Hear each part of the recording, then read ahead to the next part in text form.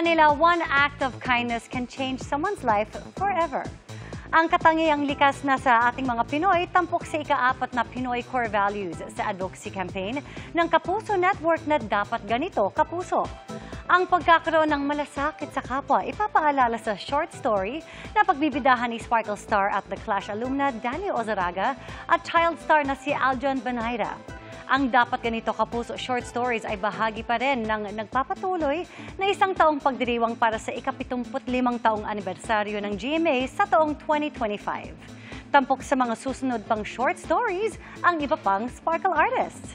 Mapapanood dito sa GMA, GTV, Pinoy Hits, Heart of Asia at iHeart Movies. Gayon din sa official digital platforms ng Kapuso Network. To be kind to everyone that you meet kasi hindi po natin alam yung mga struggles at yung mga pinagdaraanan ng bawat tao na na-meet natin. So, kahit isang simple act of kindness or kahit isang smile lang po to brighten someone else's day.